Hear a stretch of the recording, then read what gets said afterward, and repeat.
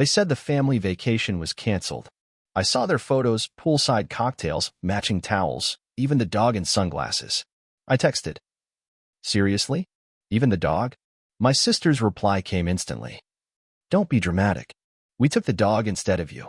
I stared at the screen, my fingers tightening around the phone. I hadn't even unpacked from the trip they'd invited me on. No, begged me to cover half of, because it's a family thing. And you're family, right? I was family. Until I wasn't. Then another message popped up. "Hey, can you send $400 for utilities?" My jaw tightened. Memories crashed over me last Christmas when I paid for the entire dinner because Mom forgot her wallet. My sister's bridal shower, where I was the one footing the bill for the venue because it's her big day, and she's so stressed. The time my brother's car broke down, and I wired money without asking for it back. But this was different. This was a mockery. A taunt.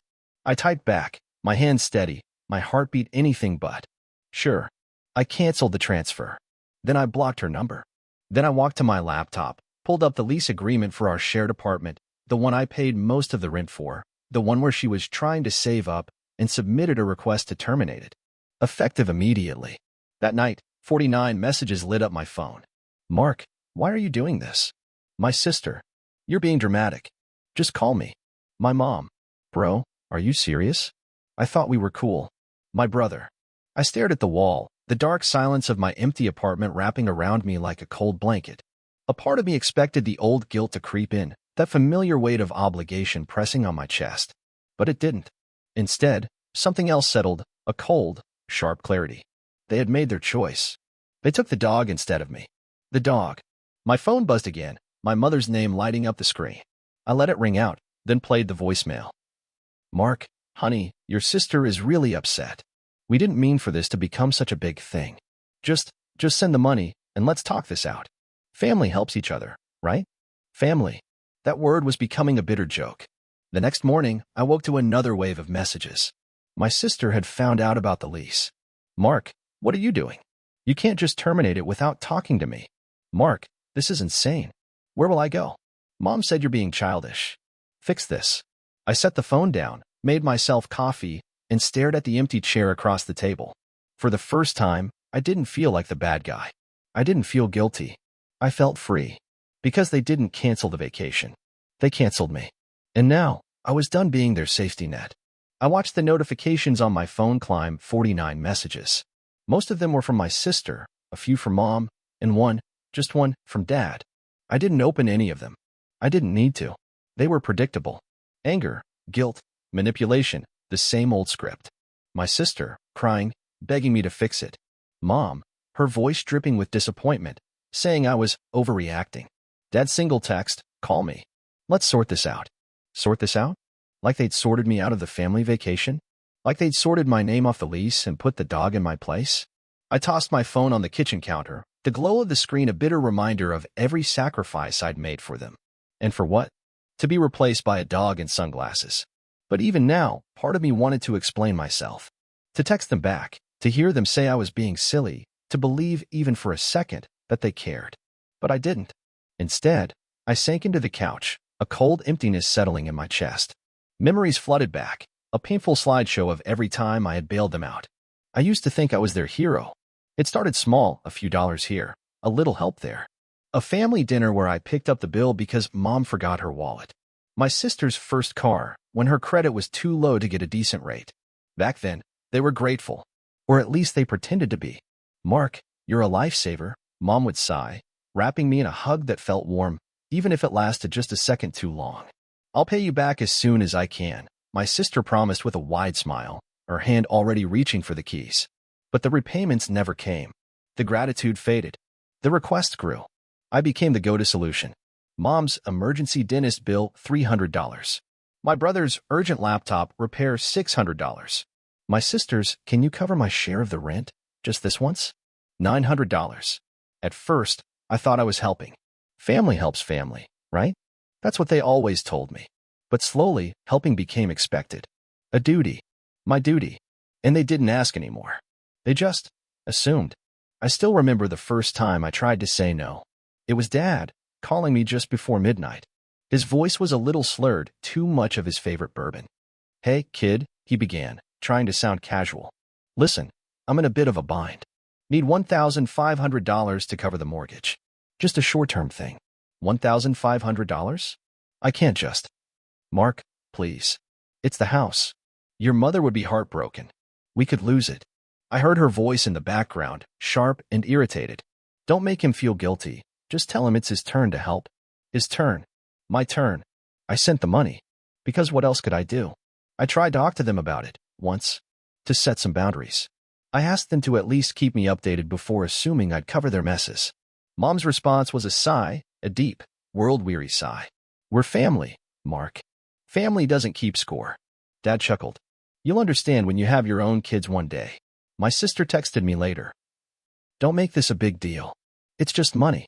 You make good money anyway. Yeah, I made good money. That's why I didn't deserve a seat at the table, right? Why I was replaced by a dog in their vacation photos. But the worst was yet to come. Christmas last year. I'd spent hours picking the perfect gifts, an expensive watch for Dad, a luxury spa day for Mom, and a brand new iPad for my sister. I thought it would be different. That maybe, this time, they'd see how much I cared. I was wrong. Dad opened the watch, glanced at it, and mumbled, nice. Bit flashy, isn't it? Mom didn't even unwrap the spa voucher, just set it aside with a polite smile. And my sister? She laughed. Actually laughed. Mark, you really are trying too hard, she grinned, turning to Mom. He thinks he can buy his way into the family. Buy my way in.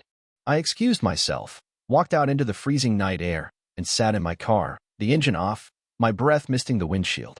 Buy my way in. That's when it hit me. They didn't see me as family. I wasn't a brother, a son. I was an ATM with a heartbeat. The final straw came a month later. My sister's wedding. I wasn't even in the wedding party. Just a guest who paid for half the reception. I remember asking her about it, trying to smile, trying to be casual. Hey, didn't you say I'd be a groomsman? She shrugged. Yeah, but we were tied on numbers. I thought you'd understand. Tied on numbers. But not on my wallet. They were tied on everything except how much they could take from me. And then the vacation. The final insult. The family trip I paid for half of, only to be cut out at the last minute. The photos of them laughing by the pool, the dog lounging in the sun, his little sunglasses reflecting the sky. They chose the dog over me. I wasn't family. I was a convenience. But that was over. I reached for my phone, the screen still littered with missed messages. I deleted them all without reading. Then I opened my bank app, pulled up the recurring transfers I'd set up for Mom, for Dad, for my sister. Canceled. Canceled. Canceled. Then I logged into my email and typed a brief message to the landlord. Request to terminate the lease immediately. I will not be responsible for further payments. I leaned back, staring at the empty apartment around me. The silence was thick, but for the first time in years, it didn't suffocate me. Because I wasn't alone. I was finally alone. And that was better. Better than being their fool. Better than being their wallet. Better than being nothing. The next morning, I walked into the showroom, my steps steady, my face a mask of calm. But beneath the surface, the echoes of yesterday lingered. Whispered glances followed me. A few colleagues exchanged looks. I ignored them. I was here to work, not to explain, not to defend. Just to move forward. But even as I guided a client through the smooth leather of a luxury interior, their voices haunted me. I stood beside the gleaming black McLaren, my voice calm and smooth, guiding the client through the luxury interior. The man's eyes lit up with fascination as I demonstrated the adaptive suspension, the lightning-fast acceleration. In this place, I was in control, confident, respected. Until the glass doors of the showroom burst open. Mark. My mother's voice cut through the air like a knife. I froze, my perfect smile cracking for just a second. I turned, and there they were, my mother, red-faced and teary-eyed, my sister trailing behind, wiping her eyes, and my father storming in with a scowl like thunder. The client blinked, surprised. Other customers and my colleagues turned, their polite conversations dying off into a tense silence. This is not happening, I whispered to myself, forcing a steady breath. But it was. They were here. They had come to my workplace. My mother marched straight up to me, her voice sharp and trembling. How could you do this to us? We are your family. Mom, this is not the place. I tried to whisper, stepping in front of the McLaren, trying to shield the scene from the client. No, she screamed, her voice breaking. You don't get to walk away. You blocked your sister, canceled the lease, and left us with nothing. My sister's turn now. You abandoned us, Mark. We are struggling because of you. Her face was streaked with makeup, tears smudged into black streaks. Dad stepped forward, his voice a growl. We raised you, fed you, gave you everything, and this is how you repay us. I felt my jaw clench, the heat rising in my chest, but I kept my voice low. We can discuss this somewhere else. Not here. But they didn't care. Somewhere else, my mother shrieked. When, Mark? You won't answer our calls, won't text back, won't even talk to your sister.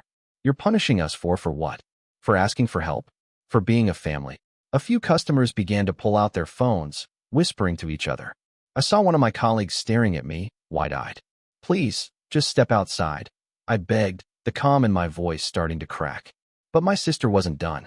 You've always thought you were better than us, didn't you? Just because you have a good job, just because you make more money, you think you're above us. My father's voice was like steel. You've really disappointed us, Mark. We should have never relied on you. And something snapped. I stepped forward, my voice rising, the professionalism I'd clung to crumbling. Relied on me? Relied on me? You didn't rely on me. You used me. I wasn't family to you. I was a wallet with legs. My mother gasped, her hand flying to her mouth. My sister shook her head, her tears turning to anger. How dare you? We are your family. Family. I laughed, the sound cold and sharp. Like on that vacation? The one you took without me? The one where you took the dog instead? My father's face twisted in confusion. That's not the point, Mark. Oh, it's exactly the point. I shouted, and I felt the whole showroom staring, phones recording. I didn't care anymore. You took my money, my time, my kindness, and you laughed at me behind my back. You didn't just forget about me. You replaced me. We needed your help, my mother cried. We needed you, Mark. We still do. You need me because you can't stand on your own. I paid for your bills, your dinners, your trips, your lies. I sacrificed for you, and you turned me into your joke. My sister's voice was a desperate whine now. Mark, please, not like this. Don't do this here. Please, just help us. You know we don't mean it. I laughed again, bitter and raw. You don't mean it? That's the problem, isn't it? You never mean anything except when it comes to my money. My manager finally stepped forward, his voice a forced calm. Sir, is there a problem? I turned to him, breathing hard, trying to force a smile. Not anymore. They were just leaving. But my father stepped between me and the manager, his voice a low, venomous growl. Don't you dare turn your back on us, boy. You owe us. I leaned in, letting the rage twist my voice into ice. I owe you? I've given you everything. And you took it without a second thought. But that's over. I looked at my mother, her eyes desperate, her cheeks stained with tears. You said family doesn't keep score, remember? Well, maybe that's because I'm the only one who ever paid the price. My sister tried one last time, reaching for my arm. Please, Mark. Just one last time. Help us. I stepped back. One last time? No. The account is closed. My father raised a hand, as if to grab me, but I didn't even flinch. Touch me, and we're done forever. Silence. Thick, suffocating silence. My mother's sobs were the only sound. My father's jaw tightened, and he turned, grabbing her by the arm. Come on. Let's go. My sister glared at me, her tear-filled eyes twisting with hatred. You'll regret this. You will. They stormed out, the glass doors swinging shut behind them. The showroom was frozen, every face watching me, every phone still raised. I straightened my suit, forced a slow breath, and turned back to the client, whose eyes were as wide as saucers. Sorry about that, I said, my voice perfectly calm again. Now, about that McLaren. 3 years of warranty, full service included. The fallout was immediate. My manager pulled me into his office the next morning, his expression a mix of pity and frustration. Mark, what happened yesterday? I kept my voice steady. A family issue. They showed up uninvited. Uninvited. He leaned back, rubbing his temples. Half the showroom saw it. Customers were recording it. It's all over social media. I didn't flinch. I understand. It won't happen again. He sighed, the tension easing slightly. Look, you're one of our best salesmen. But you need to keep your personal life out of this place. This is a luxury dealership, not a reality show. I nodded. Understood. But as I stepped out of his office, I could feel the weight of the stairs. Conversations hushed whenever I walked by. Colleagues who once smiled and chatted now exchanged nervous glances, whispering as I passed. The receptionist, usually cheerful, looked away, pretending to be busy with her computer. And yet, a strange calm settled over me. The embarrassment that should have scorched me, it didn't. For the first time, I wasn't the one hiding, pretending, or explaining. They had made a scene. Not me. They had ripped open the truth for everyone to see. I was done being ashamed. Back home, I dropped my keys on the kitchen counter and stared at my phone. Messages still flooded in, a constant stream of missed calls and voice notes. I set it on silent, grabbed a cold drink from the fridge, and sank into the worn leather of my couch. The silence was thick, pressing against my ears, but I welcomed it. For the first time, it wasn't suffocating. It was honest. I opened my laptop, pulled up my banking app, and began scrolling through years of transactions. Each one a small wound. $300 for mom's emergency dental bill, $1,200 for dad's car repairs, $5,000 for my sister's once-in-a-lifetime trip she just had to take. I listed them all, every single dollar. Rent payments, credit card bailouts, emergency funds, Christmas gifts that went unthanked. The list grew, the numbers piling higher, turning from hundreds to thousands. $34,600. I leaned back, staring at the cold, unfeeling digits. It was like looking at a crime scene. My phone buzzed again. A new message from Mom. "Mark, please, just call me. Let's talk." I ignored it. Instead, I opened the family group chat and attached a screenshot of the spreadsheet. A single message followed. "This is what you owe me. $34,600. You have 30 days to pay it back." The response was immediate, frantic. "Mom, Mark, what is this? You can't be serious. Dad, this is ridiculous. We're your family. Sister, where do you expect us to get that kind of money?" I replied calmly. "Figure it out. You always found money for vacations and designer bags. Time to find it for your debts." The first week was chaos. Mom left me tearful voicemails, each more desperate than the last. "Mark, please, we didn't mean to hurt you. Family isn't about money." Dad's tone was angrier, his voice a gravelly snarl. "You're being unbelievably selfish. We raised you, and this is how you repay us? Demanding money like a loan shark?" My sister's messages were a roller coaster of guilt and excuses. "Please, Mark, you know we're struggling. I just lost my job. I can't pay this. How can you do this to us? We're your family. I didn't mean to hurt you. Please just talk to me." But I stayed silent. I didn't reply. I didn't pick up their calls. I let the chaos burn without me. Until one evening, the doorbell rang. I opened it to find my mother standing there, holding a Tupperware of cookies. Her face was puffy from crying, her hair a tangled mess, her hands trembling. "Mark, honey, please, can we talk?" I didn't invite her in. Just leaned against the doorframe, blocking her view of the apartment. "Talk about what, Mom?" "The $34,600 you owe me." Her lower lip trembled. "It's not fair. We're family. You can't put a price on love." I laughed.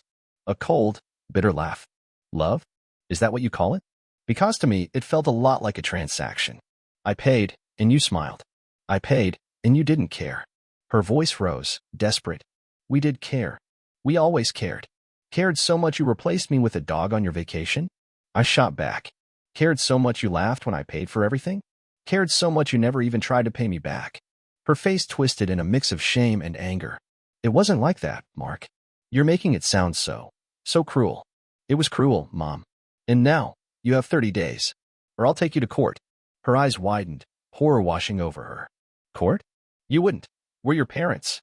I leaned forward, my voice cold. "Then act like it, or pay me back." I shut the door. Days passed. Silence settled like dust. I expected them to call, to beg, but nothing came. Not until a week later, when my sister sent me a message. "Mark, we sold the SUV. We'll send the money tomorrow. I hope you're happy." The next day, a transfer hit my account. $34,600. But that wasn't the end. Another message followed, this one unexpected. "Mark, I'm sorry. I know we treated you like a bank. I know we hurt you. I didn't want to admit it. But you were right. We used you. I'm sorry. I miss you." I stared at it, that flicker of bitterness burning inside. But it didn't hurt. Not anymore. I didn't reply. With the money back in my account, I did something I hadn't done in years. I booked a solo trip. A week in the mountains, away from the noise, the guilt, the manipulation. I hiked in the mornings, breathed the crisp air, felt the cold wind on my face. I met strangers who didn't know me as the family's walking ATM. One night, as I sat by a crackling campfire, my phone buzzed. Another message from my sister. Mark, I know you hate us. But please, don't hate me forever. I wish things were different. This time, I replied, I don't hate you. I just stopped pretending that love is the same as exploitation. Silence. Hours passed. Then another text. I'm sorry. I mean it.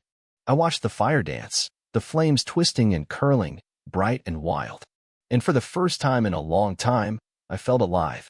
I leaned back, watching the stars stretch endlessly across the night sky, and I smiled. They were gone. Their debts were gone. Their weight was gone. And I was finally free.